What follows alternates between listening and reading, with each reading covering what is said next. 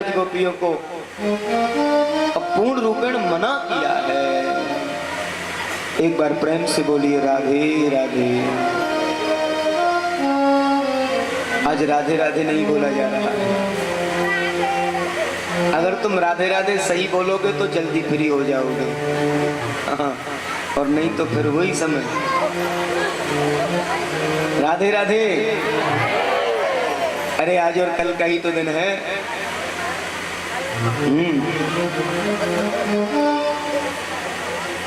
आज ब्रज गोपियां आई हैं और आकर के उनकी वही प्रक्रिया है।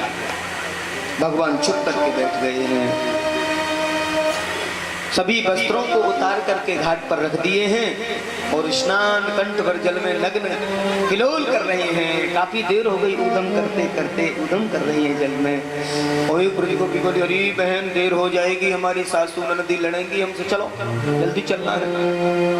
ब्रज गोपी ने नजर डाली, देखी, अरे सखियों आज तो हमारे वस्त्र भी नहीं दिखाई दे रहे, घाट पर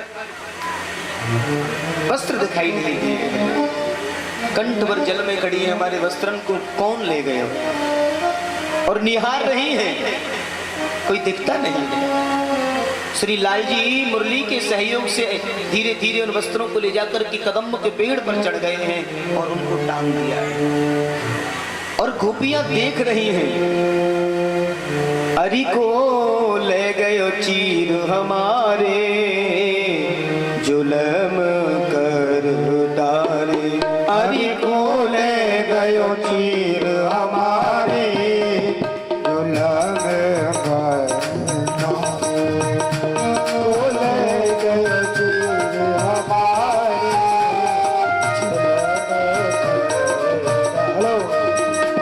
जुलम कर डारे, जुलम कर डारे।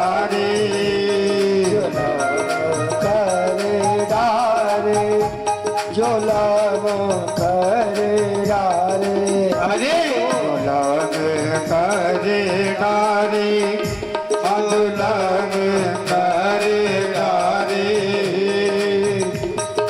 कर डारे, जुलम कर डारे।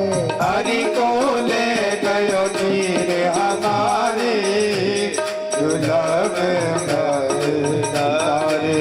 हरि को ले गयो चीर हमारे, जुलम कर डारे।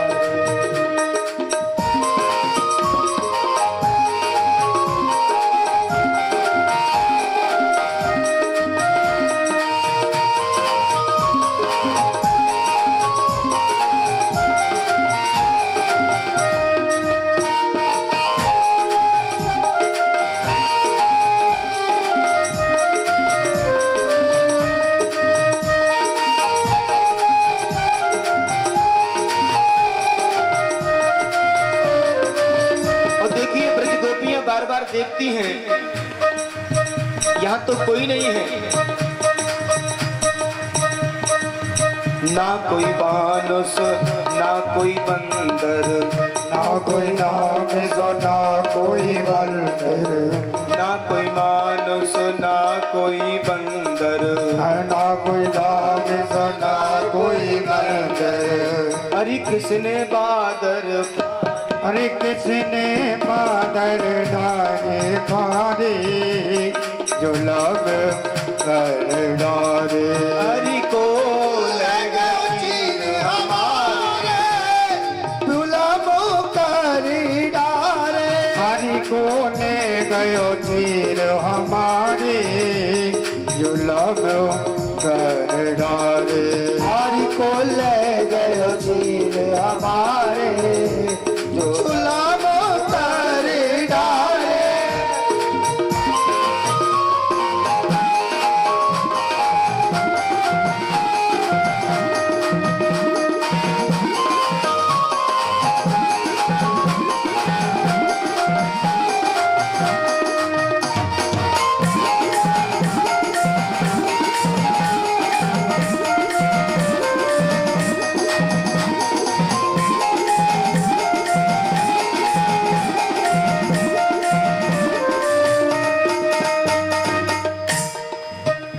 बोलिए चीर चोर भगवान की जय।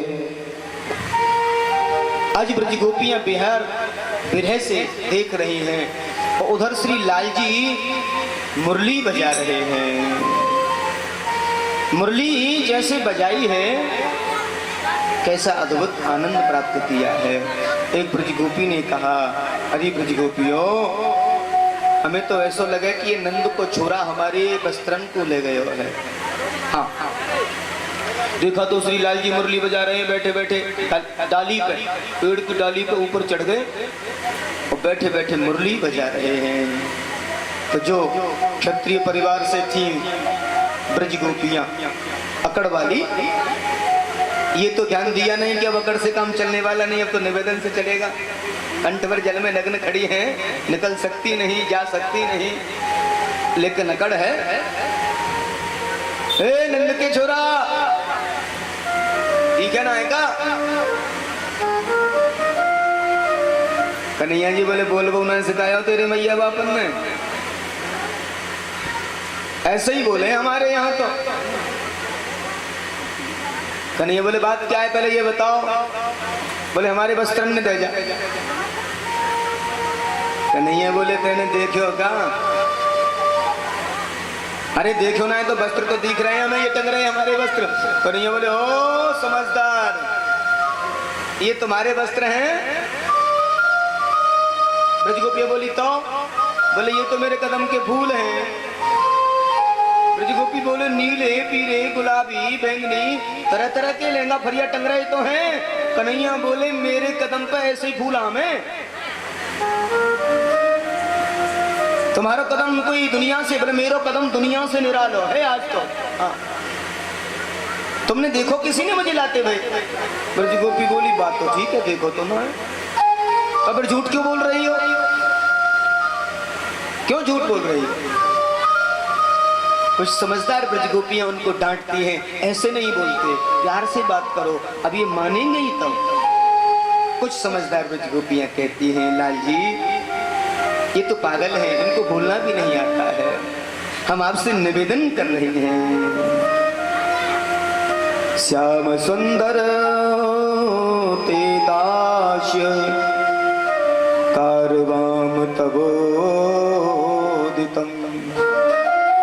देहि वांसासि धर्मज्ञ नो चेद राज्ञे ब्रुवामहे। भगवान बोले, मैं एक ही काम कर सकता हूँ। बोले क्या? वस्त्र दे सकता हूँ, एक एक करके आओ निकल के और बताती रहो, ये मेरा मैं देता रहूंगा। ब्रज गोपियां बोली, ये संकोच की बात है, हम आ नहीं सकती, आप इन्हें किनारे पर रख के यहाँ से बढ़ जाओ, यहाँ से बढ़ जाओ। कन्हैया जी बोले, हम बढ़ने थोड़े ही आए, हम तो बढ़ाने आए हैं। मानो इशारा कर रहे हैं, तुम्हारे अंदर जो विकार है उसे समाप्त करने आए हैं, उसे निकालने आए हैं। भवत्यो यदि मे दास्यो मयोक्तं वा करिष्यत अत्रागत्य स्वांससि प्रतिछन्तु शुचिमती स्मिता। ब्रज गोपियां कहती हैं, हम बाहर नहीं आ सकती लाल जी, आप अब कृपा करो, बहुत हो गया मजाक, अब कृपा करो। लाल जी बोले, मैंने मजाक कब कर रहा हूँ? तुमसे किसने कह दिया मैं मजाक कर रहा हूँ? मैं तो मजाक करता ही नहीं, हमें लगता है तुम मजाक कर रही हो। अगर यही तुम्हारे वस्त्र हैं तो ले लो, मैंने कब मना किया है? ब्रज गोपियां कंठ पर जल में खड़ी हैं, लाल जी बहुत देर हो जाएगी। कन्हैया जी बोले, दोबारा आओगी ऐसे? हम कभी ऐसे आएंगे, आप कहो तो यमुना स्नान करना ही छोड़ दे। हाँ, जो क्षत्रिय कन्याएं थी वो ऐसे ऐसे देख रही हैं, एक बार निकल जाए फिर देखेंगे तो हम। हाँ, आज बड़ी मनमानी कर रहे हो है? उधर ब्रज गोपियां उनको समझाती हैं, अभी भी धैर्य रखो, निवेदन करो। भगवान बोले, सब एक साथ निवेदन करो। अब तो जो नहीं निवेदन करना चाहती थी वो भी बेचारी राह में राह मिलाने लगी है। हाँ, तरह तरह का मुंह बनाती है, लेकिन निवेदन तो करना ही पड़ेगा। एक बार प्रेम से बोलिए राधे राधे।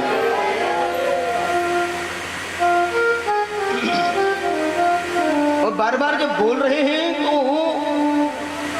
यहाँ सुखदेव स्वामी जब ये कथा सुना रहे थे राजा परीक्षित को, तो परीक्षित एकदम से बोले गुरुजी रुकिए,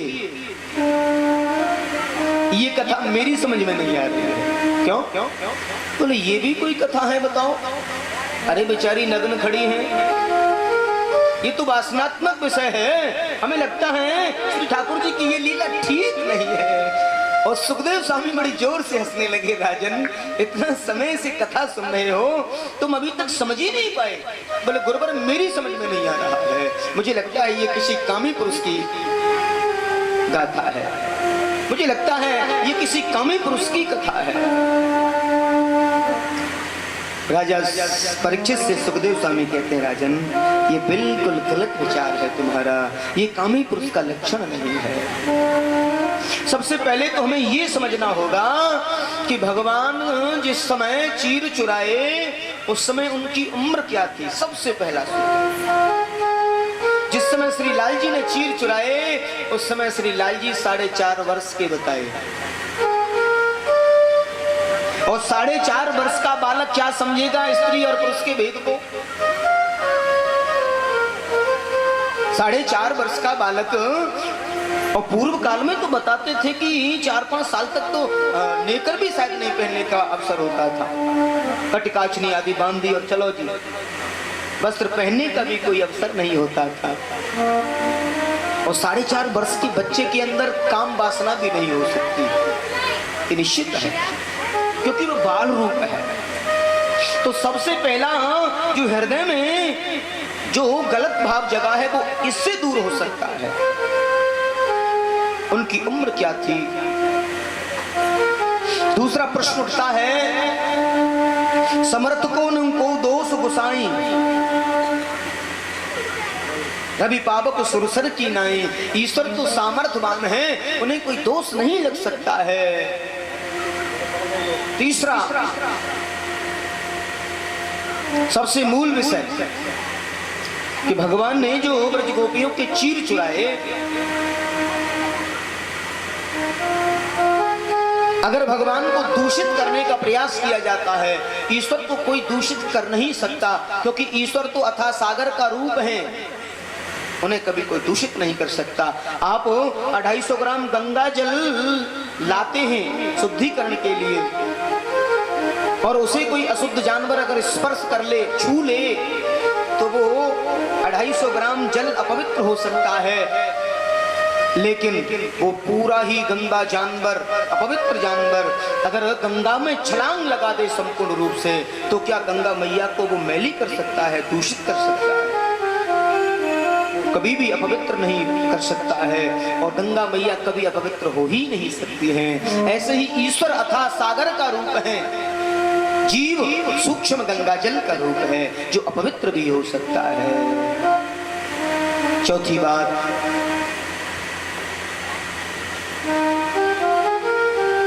यहाँ पर ज्ञान संवर्धन की बात आती है। ब्रज गोपियों के अंदर जो अज्ञान रूपी अंधकार था, उसमें ज्ञान रूपी प्रकाश डाला है, मांगा तो वस्त्रों को दे दिया, यानी अविद्या रूपी वस्त्रों को चुराया है। श्री हरि ने क्या किया है? अविद्या रूपी वस्त्रों को चुराया है, और ज्ञान रूपी प्रकाश भर करके मांगा तो लौटा दिया, दे दिया, ज्ञान संवर्धन किया और लौटा दिया है। तो शंका तो कोई सवाल ही नहीं उठता है। और ये जीव और ईश्वर का मिलन, जीव और ईश्वर का साक्षात्कार है। और वैसे भी 5वीं बात आती है कि ईश्वर के सामने कोई एक वस्त्र तो क्या, हजारों वस्त्र भी अगर धारण कर लेता है तो भी वो निर्वस्त्र ही होता है, ईश्वर से कुछ छुपा नहीं है। तो यहां निश्चित शंका का समाधान हो जाता है। एक बार प्रेम से बोलिए राधे राधे।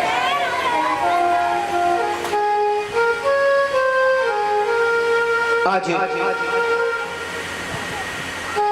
ब्रज गोपियां आई हैं अपने वस्त्रों को पहन करके और श्री कृष्ण चरणों में प्रणाम करती हुई प्रस्थान किए हैं। और ये अद्भुत चीरहरण की लीला का रसास्वादन श्री सुखदेव स्वामी राजा परीक्षित को करा रहे हैं।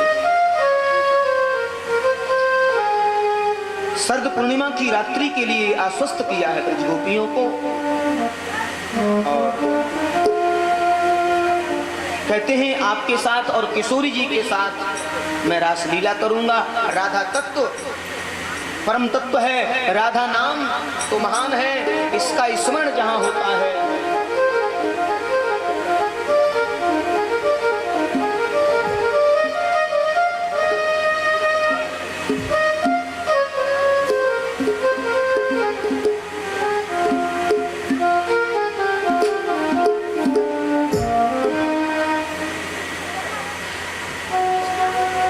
आज राधा दत्तों के बारे में बताया है।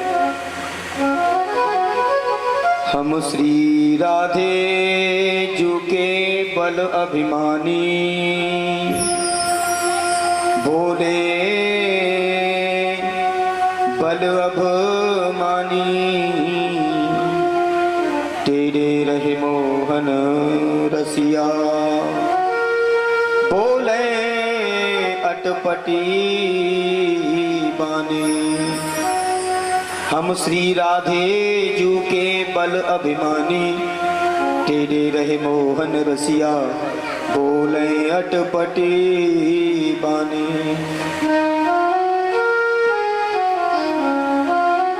कहते हैं राधा भगवान की आह्लादनी शक्ति है। राधा क्या है? स्वयं श्री नारायण की अपनी आह्लादनी शक्ति है राधा। रस धातु से उत्पन्न है। कहा एक नारदो देही दोनों परम स्नेही, एक ज्योति निकली और ऊपर जाकर के दो रूपों में परिणित हो गई, एक राधा तत्व और एक कृष्ण तत्व, दोनों एक ही है। ब्रज रसिकों ने बड़ा भाव दिया है। राधा का मतलब होता है मन की अंतर्मुखी वृत्ति। राधा का मतलब राधे राह दे राह, जीवन की राह जहां से मिले वो कब मिलेगी? जब मन की वृत्ति अंतर्मुखी हो जाए तो हमें जीवन की उत्तम राह मिलेगी, तो हमें राधे शब्द का भाव मालूम होगा। तो जीवन की अंतर्मुखी वृत्ति वो धारा के बस में नहीं है, वो राधा के बस में है। हमारो मन राधा सी राधा सी राधा,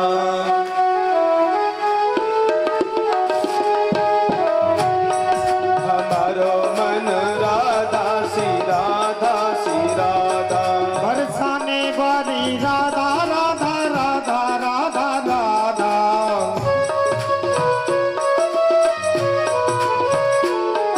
परम धनी राधा श्री राधा श्री राधा।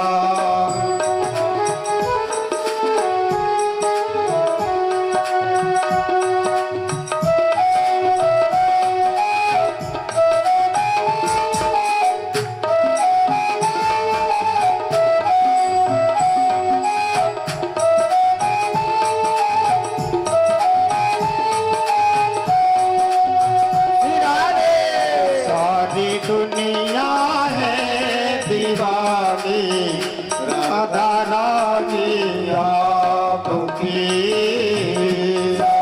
दुनिया है दीवानी राधा रानी आपकी।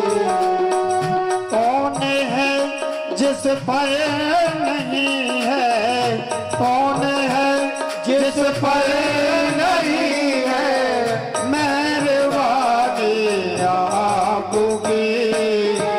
सारी दुनिया है दीवानी राधा रानी आपकी, दुनिया है दीवानी।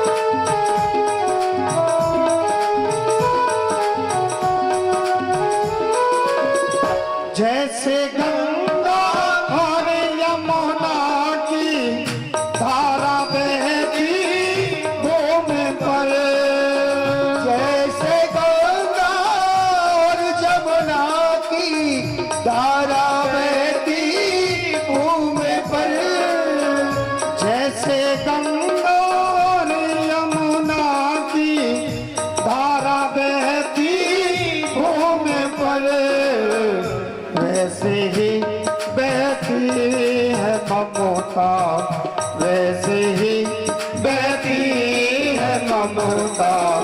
राधा रानी आपकी हर दुनिया है दीवानी, राधा रानी आपकी। कौन है जिस पर नहीं है, कौन है जिस पर नहीं है मेहरबानी आपकी। सारी दुनिया है दीवानी, राधा रानी आपकी। सारी दुनिया है दीवानी, राधा रानी आपकी।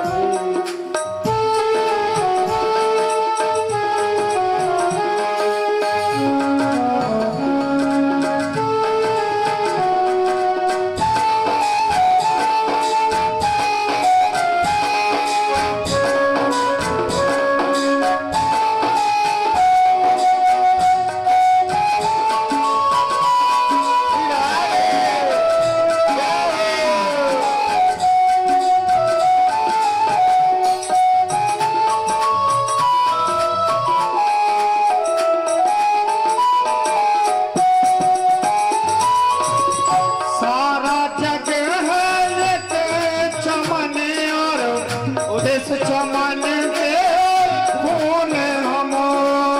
सारा जगत है एक चमन और इस चमन के फूल हम।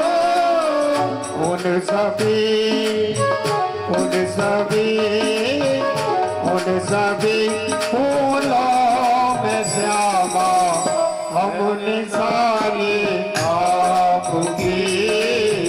सारी दुनिया है दीवानी, राधा रानी आपकी। कौन है जिस पर नहीं है, कौन है जिस पर नहीं है मेहरबानी आपकी।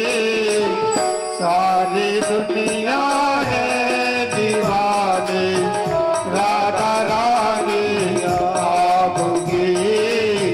सारी दुनिया है दीवानी, राधा रानी आपकी। सारी दुनिया है दीवानी, राधा रानी आपकी। एक बार प्रेम से बोलिए राधे राधे।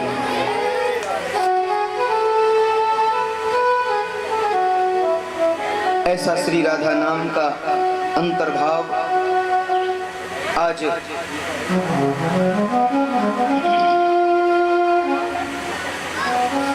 भगवान भी कहते हैं, अनन्यास चिंतयन्तो माये जना परुपासते नित्याभियुक्तानां योगक्षेम वहाम्यहम्। भगवान कहते हैं, अनन्यता से मेरा चिंतन करो, सब जगह मुझे देखो।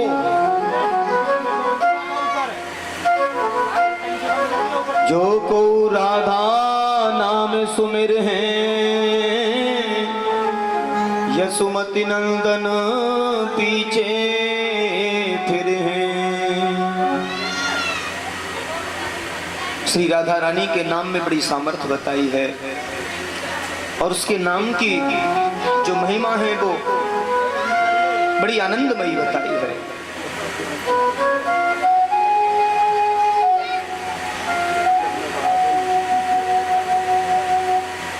एक बार प्रेम से बोलिए राधे राधे। आज बड़ा चिंतन है, समस्त ब्रजवासी भगवान का दिव्य चिंतन करते हैं अपनी दृष्टि से और भगवान के अलावा किसी को जानते नहीं हैं।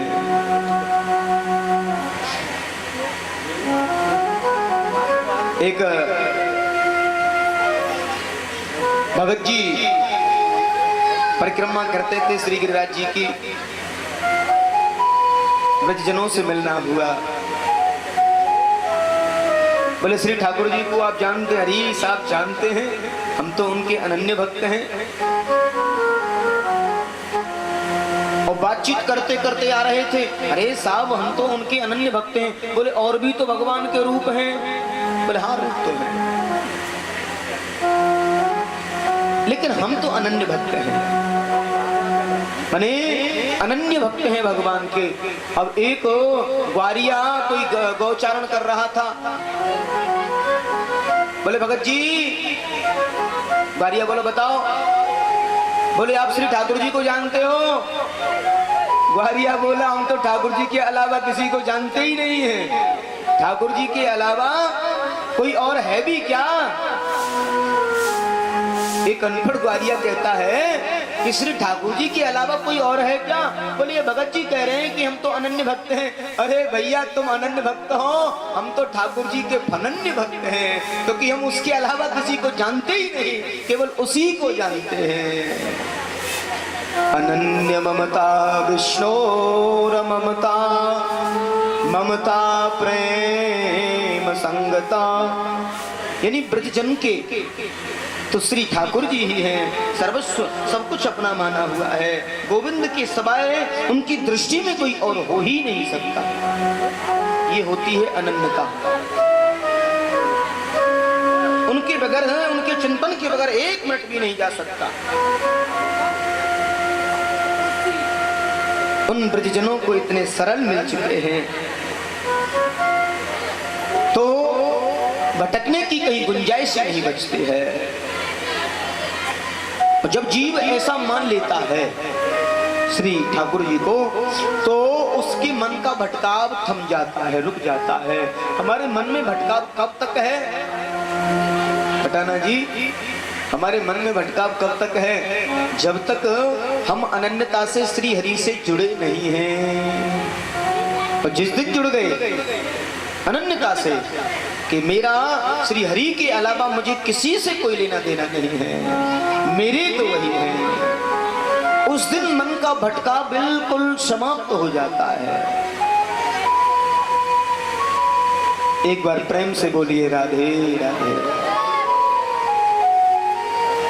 एक ही साधे सब सधे और सब साधे सब जा। एक को साधने से सब सध जाता है, और जगह जगह साधते घूमोगे ना तो कुछ भी हाथ नहीं लगेगा।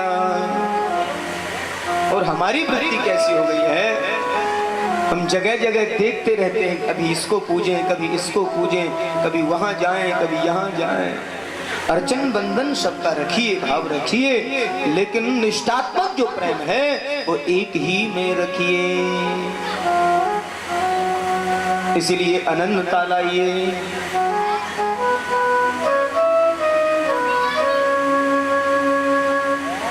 तो पूछा कि अन्यता किस में लाएं? तो कलयुग में दो देव हैं प्रत्यक्ष, बड़े ध्यान से सुनेंगे। दो देव हैं। सबसे पहले तो ब्रज में प्रत्यक्ष क्या है वो समझ लें। आप जो ब्रजमंडल में जाते हैं और वहां तकरीबन आज से 25 वर्ष पहले 4,500 मंदिर अकेले वृंदावन में हुआ करते थे। 4,500, 25 वर्ष पहले की गिनती है। 25 साल पहले 4,500 मंदिर वृंदावन में अकेले थे। अब आप और हम लोग तो दो चार जो जरूरी हैं उनको देख लेते हैं, और आजकल तो केवल सिवाय बिहारी जी के कोई दूसरा ऑप्शन ही नहीं रहा है। अब बिहारी जी की बड़ी कृपा है, उनका दिव्य सौंदर्य है और बड़ा आनंद है। देश देशांतर से आए दिन लोग पहुंचते हैं, लेकिन उनसे भी प्राचीन श्री राधा वल्लभ जी श्री राधा दामोदर जी और भी मदन मोहन जी, बड़े प्राचीन मंदिर हैं, लेकिन इनकी उपस्थिति में यथावथा यहाँ या वहाँ की स्थिति हो सकती है, क्योंकि श्री बिहारी जी निधिवन राज से लाए गए और यहाँ बिठाए, स्थापित किए, स्थान परिवर्तित हो गया, प्रागट रूप बताया। लेकिन ब्रज में अगर प्रत्यक्ष दर्शन पाने हैं तो 3 ही दर्शन आपको मिलेंगे ब्रज में। 3 दर्शन कौन से हैं प्रत्यक्ष? बड़े ध्यान से सुने। सबसे पहले ब्रज में प्रत्यक्ष दर्शन है श्री गिरिराज महाराज के। सबसे पहले वो प्रत्यक्ष हैं, वो वही हैं जो श्री हरि के समय थे, न वहां से कहीं गए और ना उनका कोई रूप परिवर्तित हुआ। हाँ, तिल तिल समा रहे हैं, ये तो ठीक है, लेकिन वही है, प्रत्यक्ष श्री विग्रह स्वरूप विराज रहे हैं श्री गिरिराज महाराज। और द्वितीय श्री यमुना महारानी, श्री यमुना मैया वही हैं। और श्री ब्रजरज, ब्रजरज भी नहीं बदली है, जो ब्रजजन को आनंद प्रदान कर रही है। विश्व में 2 देव बताए हैं, बड़े ध्यान से सुने। प्रत्यक्ष कहते हैं ब्रजमंडल में श्री गोवर्धन नाथ और दक्षिण भारत में श्री तिरुपति बालाजी, ये भी प्रत्यक्ष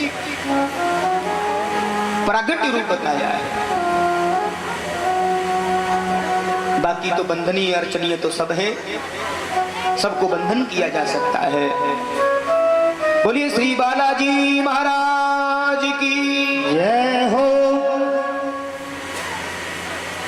आज अनेकों प्रकार से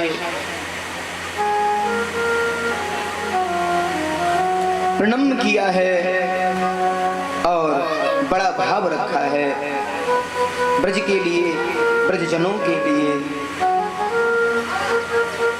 कहते हैं भगवान 7 वर्ष की अवस्था में गिरिराज लीला आदि का रसास्वादन कराते हैं और प्रेम की पराकाष्ठा को बढ़ाते हैं। एक दिन भगवान कृष्ण बलराम गौचारण करने गए हुए थे और गौचारण करते करते और यमुना के किनारे मथुरा के समीप पहुंच गए हैं, जहां पर चतुर्वेद समाज के कुछ विप्र लोग यज्ञ मंडप में आहुतियां छोड़ रहे हैं। संपूर्ण जीवन वेदांत का पाठ किया है, लेकिन उनके पास में विद्वता तो बहुत है, ज्ञान तो बहुत है, लेकिन उनके पास में प्रेम रस नहीं है। कोई कितना भी बड़ा भक्त हो, कोई कितना भी बड़ा ज्ञानी हो, जब तक वो प्रेमी नहीं है तब तक उसका रूखा ज्ञान, उसकी रूखी भक्ति किसी काम की नहीं हो सकती। कई लोगों को रूखे ज्ञान पर अभिमान हो जाता है, कई लोगों को अपनी भक्ति पर अभिमान हो जाता है, वो रूखा है। पाती पढ़ पढ़ जगत सब और पंडित हुआ न कोई, ढाई आखर प्रेम का सो पढ़े सो पंडित हो। और प्रेम का पाठ जब तक वो नहीं पढ़ेगा तब तक उसका सब कुछ अधूरा है। तो रूखा ज्ञान अधूरा है, रूखी भक्ति अपूर्ण है। उसमें क्या डालेंगे? उसमें प्रेम रस डालेंगे और जैसे ही प्रेम रस डलेगा आनंद आने लगेगा,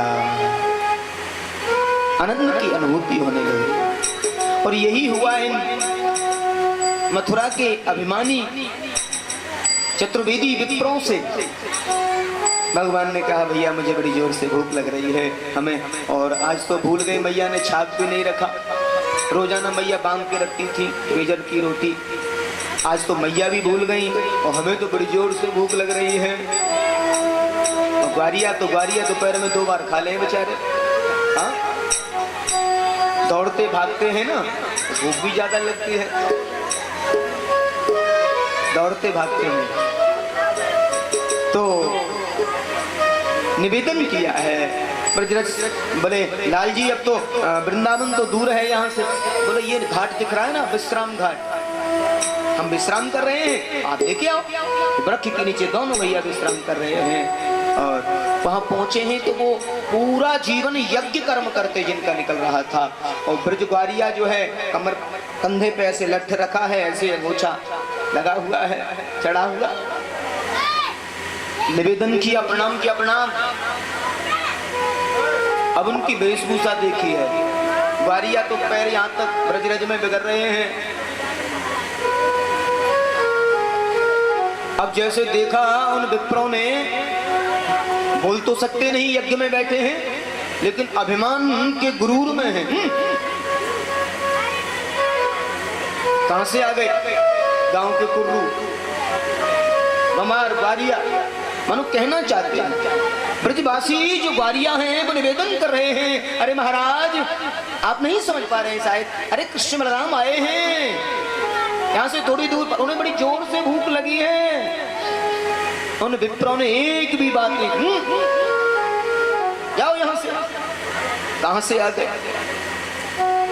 ओ ग्वारिया ये अपमान सहन नहीं कर पाए और दौड़ के आए हैं लाल जी के पास में। लाल जी ऐसे दोबारा हमें मत भेजना, अपमानित करने के लिए। हम ग्वारिया हैं तो क्या हुआ, इतना अपमान हम सहन नहीं कर सकते, कहां भेज दिया हमें? भगवान हंसने लगे, अरे हंस और रहे हो, अरे तुम कहां चले गए भैया? बोले उन अभिमानियों के पास। भगवान बोले तुमने गलती कर दी, तुम्हें उनके पास नहीं जाना था, उनके घर जाना था, उन ब्रज माताओं के पास में जाना था, विप्र माताओं के पास में जाना। भोजन तो घर मिले, विप्र माताओं के पास में मिले, अब की बार जाओ। ग्वारिया बोले अगर अब की बार भी गड़बड़ हुआ ना तो जिंदगी में कभी नहीं जाए, तुम्हारा कहा ही नहीं करेंगे। भगवान बोले जाओ तो सही। और जैसे ही गए हैं अपने अपने दरवाजों पर वो विप्र माताएं बैठी हैं और जैसे ही प्रणाम किया, मैया प्रणाम, आओ लाला, कहां से आए हो? अरे मैया हम श्री वृंदावन से आए हैं और कृष्ण बलराम यहाँ से थोड़ी दूर एक वृक्ष की छाया में आराम कर रहे हैं। मैया उनको बड़ी जोर से भूख लग रही है। माताओं ने जैसे सुना थे कृष्ण बलराम आए हैं, उन्होंने भोजन मांगा है, सुनते ही कहा बेटा बस बैठो, थोड़ी देर में हम अभी तैयार हैं। कृष्ण बलराम ने हमारे हाथ का भोजन मांगा है, हम तो धन्य हैं। अपने हाथ से जल्दी जल्दी उन विप्र माताओं ने भोजन बनाया है और ले जा रही हैं। पल्लू से ऐसे भोजन ढक लिया है और पतिदेव बैठे हैं, उनकी तरफ से ऐसे पर्दा किया है और तेज गति से निकल के जा रही हैं। पतिदेव इशारा करते रह जाते हैं, देखते रह जाते हैं। और जैसे भगवान के पास में पहुंची हैं, कैसी सुंदर श्याम वर्ण वरधि भगवान की बताई है। श्याम हिरण्य परधि वनमाल बरही, धातु प्रवाल नटवेश मन व्रतांसे, विनस्त हस्य मतिरेन धुनानंबुजो, कर्णतान पालक कपोल मुखाम्बुहसं। आज श्याम वर्ण की क्रांति श्री लाल जी की है और श्वेत गौर वर्ण की जो क्रांति है वो श्री बलराम जी की है। और दोनों क्रांतियों को देख करके, दोनों दर्शनों को देख करके श्याम और गौर, श्याम वर्ण और गौर वर्ण दोनों को देखा है। और ब्रज माताएं तो बड़ी प्रसन्नित हो रही हैं, लालायित हो रही हैं। उनकी पत्नियों ने उस सुंदर झांकी के वात्सल्य के दर्शन किए हैं और आकर के भगवान से निवेदन किए हैं, महाराज हम प्रणाम करते हैं। और श्री लाल जी ने उनको आश्वस्त किया है। आइए स्वागतम वो महाभागा, आशिताम करवाम किम, यन्नोदित्रक्षय प्राप्ता उपपन्नमिदं हि वः। एक बार प्रेम से बोलिए राधे राधे। हे ब्रज माताओं, हे विप्र माताओं, हम आपका स्वागत करते हैं, आपका अभिनंदन करते हैं। वंदे ब्रज स्त्री नाम। माताओं, आप आई हो, आपका स्वागत है। लाल जी, हमें जैसे ही मालूम भाई आप आए हो, तैसे ही हम चली आए। अपने हाथ से तुम्हारे ताई भोजन प्रसादी बना के लाए हैं। आप ये प्रसादी पाए लो। ये शुद्ध मथुरा की भाषा है। ये सामग्री बड़ी सात्विक भाव से बनाई है लाल जी हमने। लाल जी तो देख रहे हैं माताओं, आपका भाव ही इतना मधुर है, ऐसा मधुर भाव है माँ। हे यज्ञ पत्नियों, आप तो महान हैं और अपनी गोदी में बिठा के श्री लाल जी को वो यज्ञ पत्नियां प्रसादी ग्रहण करा रही हैं। और श्री लाल जी और बलराम जी यज्ञ पत्नियों की गोदी में बैठ करके भोजन पा रहे हैं। आज यज्ञ के भोक्ता, देखिए कितना बड़ा परम सौभाग्य है। स्वयं यज्ञ के भोक्ता उन यज्ञ पत्नियों की गोदी में बैठ करके भोग पा रहे हैं। और जो यज्ञ करते करते बूढ़े हो गए, दाढ़ी सफेद हो गई, आज तक भगवान ने उनका भोग स्वीकार नहीं किया, कभी प्रकट नहीं हुए, स्वयं साक्षात यज्ञ के भोक्ता गोदी में बैठ करके भोजन पा रहे हैं। श्री यज्ञेश भगवान स्वयं गोदी में बैठ करके प्रसादी पा रहे हैं। माताओं, आपका प्रेम बड़ा विचित्र है। और अब तो देर हो गई आपको, अब जाने की तैयारी करनी है आपको। देखिए, हमें हमारे पतिदेव हमसे लड़ेंगे, हमारे साथ मारपीट भी कर सकते हैं। लाल जी, हम जाएं या ना जाएं? लाल जी बोले, जाना तो पड़ेगा, जाइए। कुछ नहीं कहेंगे वो। क्यों? क्योंकि बाबा ने लिखा है, जा पर कृपा राम की होई,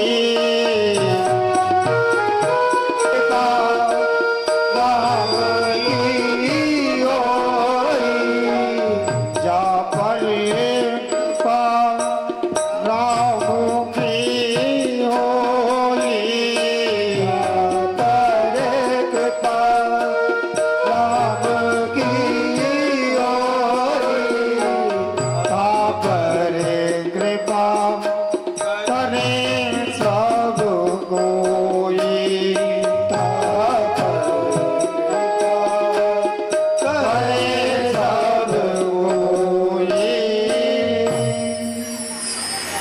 माने भगवान इशारा करना चाहते हैं, बोले कोई बात ही नहीं होगी, जाओ।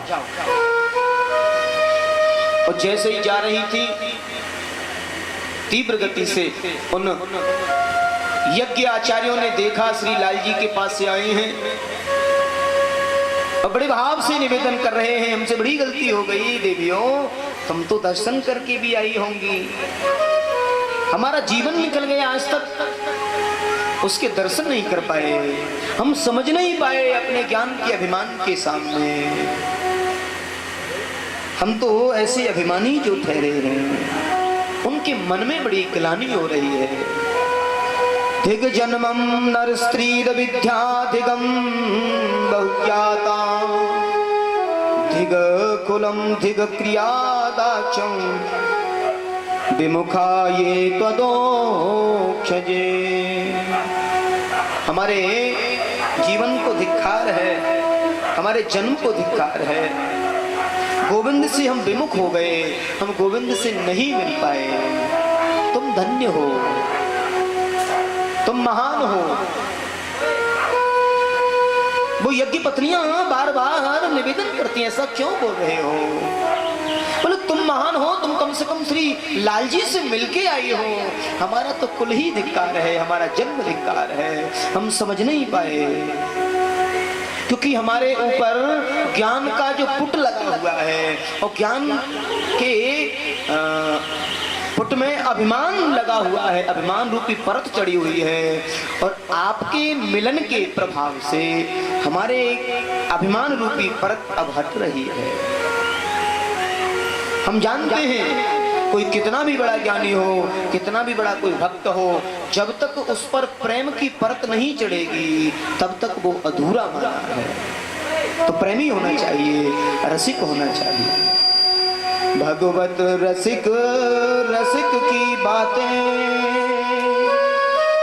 रसिक बिना को समझ सके ना, रसिक बिना को समझ सके ना। चरणों में कैसे आऊं,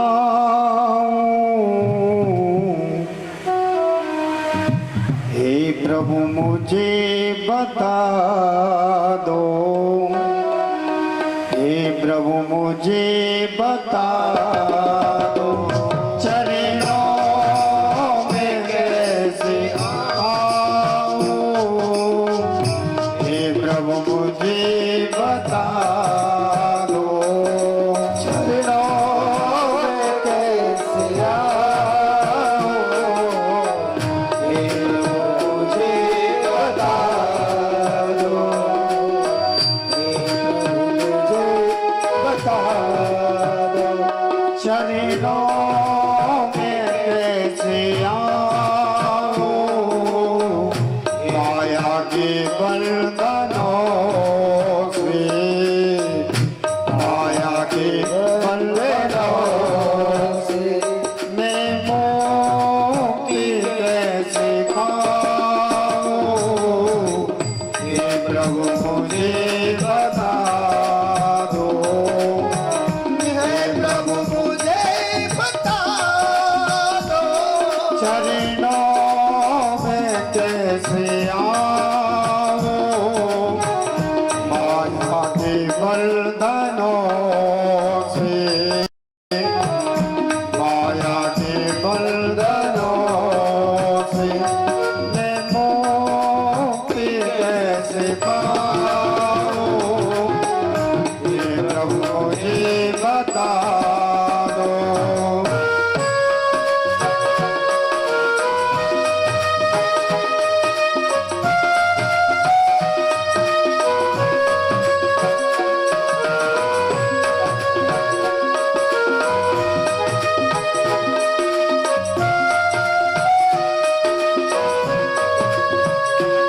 ना जानू कोई पूजन, अज्ञान हूँ मैं भगवन।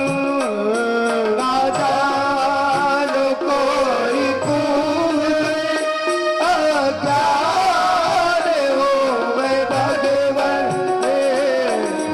ना जानू कोई पूजन, अज्ञान हूँ मैं भगवन।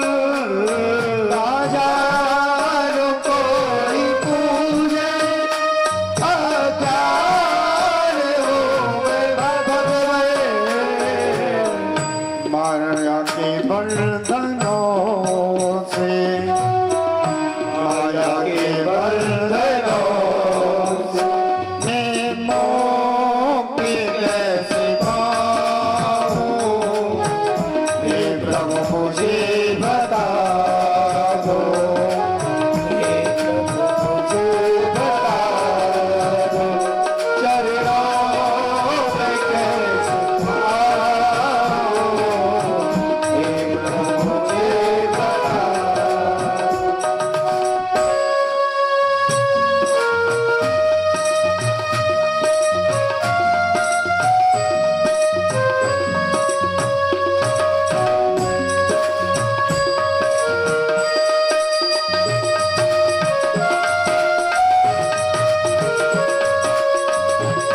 मैं हूँ पतित स्वामी, तुम हो पतित पावन।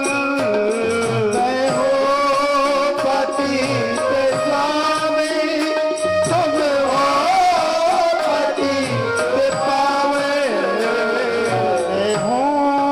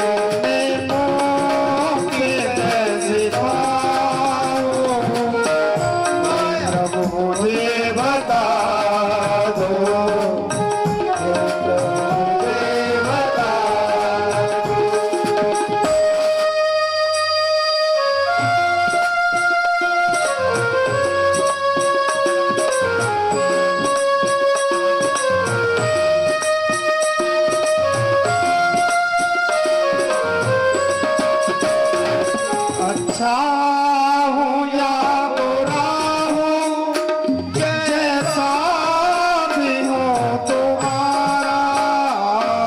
अच्छा हो या बुरा हो, जैसा भी हो तुम्हारा। अच्छा हूँ या बुरा हूँ, जैसा भी हो तुम्हारा। अच्छा होना बुरा हो, जैसा भी हो तुम्हारा। ठुकराओ ना मुझे अब, ठुकराओ ना मुझे अब, चरणों में सर झुकाओ। हे प्रभु मुझे बता दो, हे प्रभु मुझे बता दो, चरणों में कैसे आओ।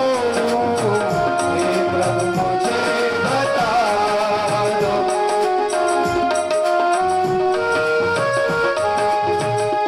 चरणों में कैसे आओ।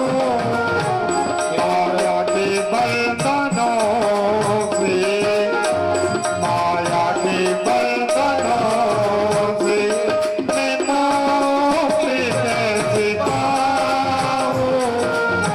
हे प्रभु मुझे बता दो, हे प्रभु मुझे बता दो, हे प्रभु मुझे बता दो।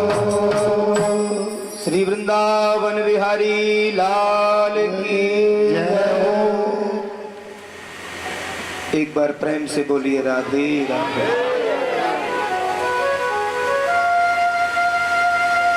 ऐसी प्रेम की अविरल अविचल गाथा को सुनाया है और प्रेम की चर्चा को आगे बढ़ाया है। आचार्य सुखदेव कहते हैं राजा परीक्षित,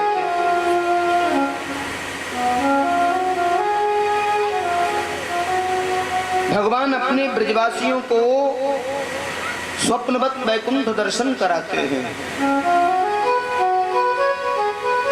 ब्रजवासियों से आए दिन भगवान कहते थे मेरे वैकुंठ में ऐसा है, मेरा वैकुंठ ऐसा है। एक दिन ब्रजवासी बालक सबरे इकट्ठे भई, लाला तू रोज कहो करे हमसे मेरो वैकुंठ मेरो वैकुंठ, एक काम कर आज वैकुंठ दिखाए गए। लाल जी बड़ी जोर से हंसने लगे। क्यों? क्योंकि ब्रजजन जो है, ब्रज बालक भगवान को भगवान नहीं मानते। क्या मानते हैं? अपना सखा, साक्षी आत्मनिवेदन। और नवदा भक्ति में सखा और सखी दो भाव हैं ब्रज में। देखिए ब्रज में तीन भाव भगवान के लिए मनोनीत किए गए। कौन कौन से? सबसे पहला जो भाव था पुत्र का। ये जो बाल कृष्ण की हम सेवा करते हैं, ये किस भाव की सेवा है? पुत्र भाव। लाल जी का भाव है यानी बच्चे की सेवा है। सुबह शाम जगाना, सुलाना, खिलाना, ये लाल जी की सेवा पुत्र भाव। यशोदा मैया की, नंद बाबा की सेवा पुत्र भाव में, यानी उन्होंने लाल जी को पुत्र माना। और जो गोपाल रूप में, बालकृष्ण रूप में भगवान को पूजते हैं, वो पुत्र भाव की सेवा है। और ब्रज बालकों ने क्या माना भगवान को? अपना सखा। और खेलत में को का को गोसैया। एक दिन चीर झपट्टा खेल रहे थे तो भगवान का नंबर आ गया। अब नंबर तो नंबर, भगवान से बोले मधुमंगल बन जाओ, घोड़ा झुको। कन्हैया बोले मऊ है, घोड़ा बनाओ घरे और का, तू कोई अलग क्या है और का, बनने हो के जबरदस्ती घोड़ा बनाओ है। तो जबरदस्ती घोड़ा बना के और बैठ गए। अरे भैया मर जाऊंगा, ऐसा काय को कर रहे हो? हाँ, सूरदास जी ने लिखा खेलत में कुका को गुसैया। खेल है कोई बड़ा छोटा क्या? श्री लाल जी से ऐसे प्रेम है ब्रजवासियों का। उन्होंने उनको सखा माना है, मित्र माना है, साक्षी आत्मनिवेदन।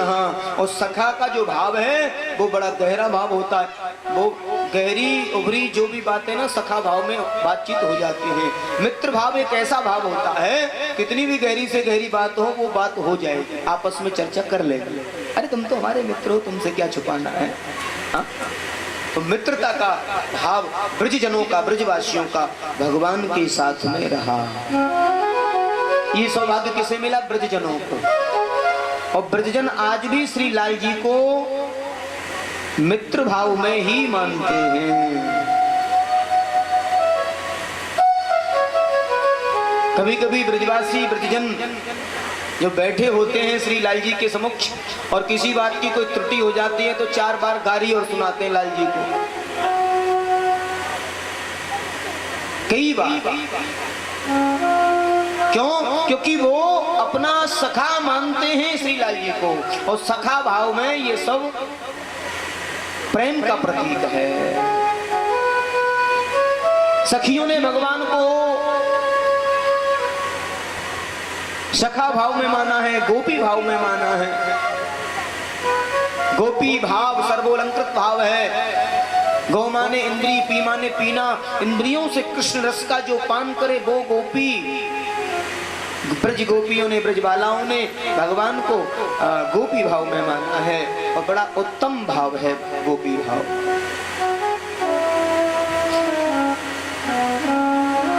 आज ऐसे अनंत भाव से माना है। ब्रजवासियों को श्री लाल जी ने वैकुंठ दर्शन कराया है। ठीक है, तुम्हारी ज्यादा इच्छा है तो वैकुंठ दर्शन कराता हूं, पर देख लो जो सुख यहाँ है वो मिलेगा नहीं तुम्हें। ब्रजवासी बोले दिखाई तो दे कैसे होती रो वैकुंठ, देख तो ले, जो होगी सो देखी जाएगी। भगवान बोले आंख बंद करो, कल्लई भैया बोलना मत। ना बोलेंगे, अरे बोल तो रहे हैं, अरे कन्हैया बता ही तो रहे हैं, अरे चुप हो जाओ, चुप हो गए।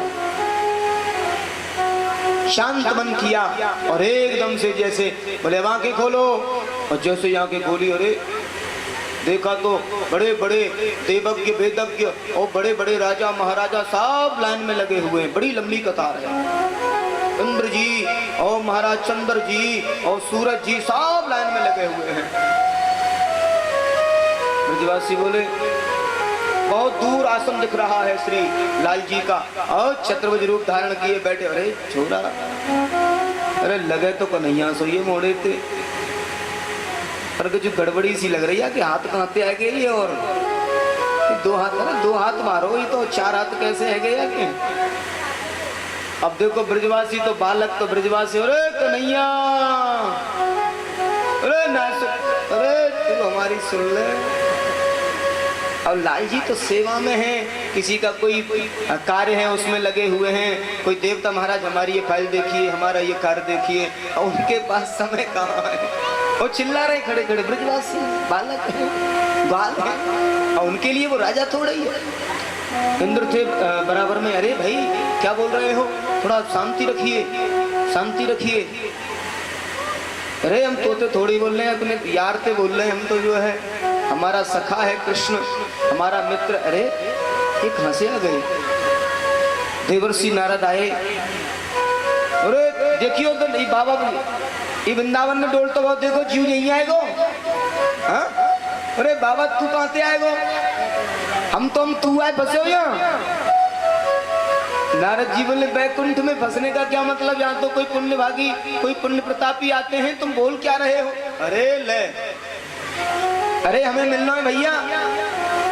नारद जी बोले 2 दिन बाद नंबर आएगा, लाइन में लग जाओ, हम भी तो लगे हुए हैं।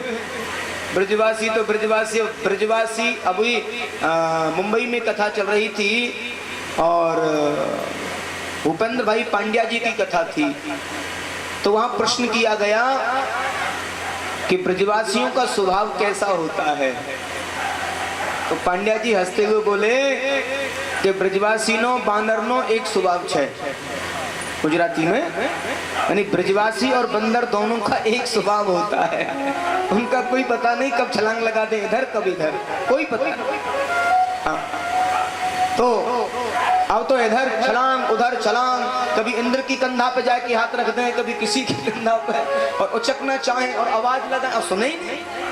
अरे भैया, अरे याते बढ़िया तो हमारा वृंदावन है, ये रोजाना कान पकड़ के बैठा लेते यार, यहाँ तो ये बात ही ना कर रहे हो हमसे। अरे बड़ो राजा बन रहे हो, देख सुन ही ना रहे हो हमारी, हम चिल्ला रहे हैं। इंद्र जी ने समझाया, ब्रजजन ब्रज बालको, आप भूल कर रहे हो, ये वैकुंठ है और वैकुंठाधिपति श्री महाराज विराज रहे हैं। निवेदन किया, कई दिन हो गए मिल ही नहीं पा रहे हैं। ब्रजवासी बोले भैया बात बनेगी ना, अब संध्या है गई, भूख लग रही है बड़ी जोर से, भूखे प्यासे यहाँ पड़े रहेंगे कब तक, ऐसा करो याद करो कन्हैया। अरे कन्हैया भैया देख लियो तेरो बैकुंठ, हमें ना देखनो, हमें तो तू हमारे वृंदावन ही ले चल, हाँ, वही ठीक है हम तो। अरे रेत में खेल लेंगे, हमें ना चाहिए तेरो बैकुंठ, हाँ, ब्रज रज में खेलेंगे हम तो, गैया चराएंगे खेलेंगे खाएंगे। अरे यहाँ तो तू ना मिल रहे हो, न गैया मिल रही, न मैया मिल रही, कछु ना मिल रहे, वही भेज दे। और पुनः आंखें बंद की हैं और जैसे ही आंखें खोली हैं और ब्रज की रज में अपने आप को पाते हैं। और श्री लाल जी बोले देख लियो आपने वैकुंठ। अरे कन्हैया तेरी लीला बड़ी विचित्र है रे। आज स्वप्न दर्शन कराते हैं समस्त ब्रजवासियों को, ये भगवान की बड़ी अविरल लीला है। ब्रजजन बड़े आनंदित आह्लादित हो रहे हैं। आचार्य सुखदेव कहते हैं आज नंद बाबा को वरुण देवता के यहाँ से छुड़ा के लाए हैं। बाबा नंद घड़ी तो हुआ नहीं करती थी, जल्दी जग गए बेचारे, 2:30 बजे ही पहुंच गए यमुना में, जाके डुबकी लगा दी। इतनी जल्दी ही यमुना जल में स्नान, वरुण देव का अपमान।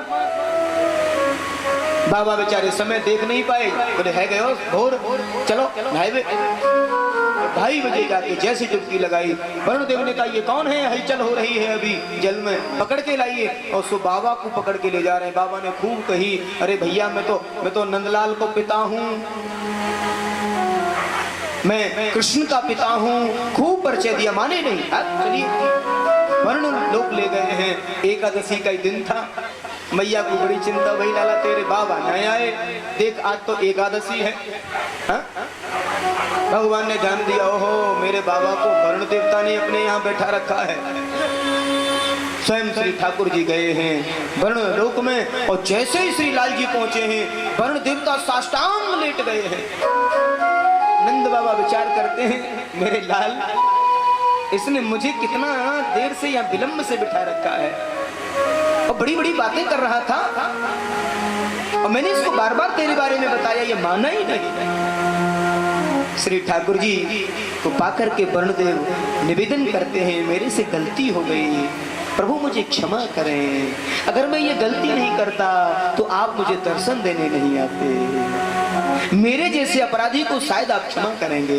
और वरुणदेव को क्षमा किया है, बड़ी इज्जत से बाबा को निवेदन किया, बाबा मेरे द्वारा कोई कष्ट पहुंचा हो उसके लिए मैं क्षमा चाहता हूँ। बाबा ने कन्हैया से कही, लाला तेरो तो चेला बन गए हो जी। हाँ। भगवान कृष्ण मुस्कुराते हैं और बाबा को वरुण लोक से लाए हैं, और अद्भुत बाल लीला का चरित्र है, और लीला प्रसंग को आगे बढ़ाया आचार्य सुखदेव ने, और ऐसी प्रेम की गाथा से जोड़ दिया है। ऐसी प्रेम की गाथा सुखदेव जी वर्णन कर रहे हैं, मेरे प्रभु ने रास लीला को संवर्ण किया है। रास पंचाध्यायी भागवत के 5 प्राण बताए हैं, कैसा सुंदर भाव है। और यहां से ये प्रसंग प्रारंभ होता है। आज ऐसे ब्रज के नंदलाल हैं, उनकी ये लीला है। मैं प्राय आप सबको बार बार ये बताता रहा हूँ, रासलीला के विषय में कुछ बातों का होना बड़ा जरूरी है। सबसे पहले रास का अधिकारी कौन होता है? प्रथम सुमेरे भगवत भक्त भगवत बानी, द्वितीय आराधे भक्ति व्यास नव भांति बखानी। तृतीय करे गुरु दक्ष सर्वज्ञ रसीलो, चौथे हो विरक्त बसे बनराज बसीलो, पांचे भूले देह सुध तब छठे भावना रास की, साथे पावे रीति रस श्री स्वामी हरिदास की। रास को सुनने का देखने का अधिकारी कौन है? सबसे पहले भागवत जीवन में श्रवण करनी चाहिए।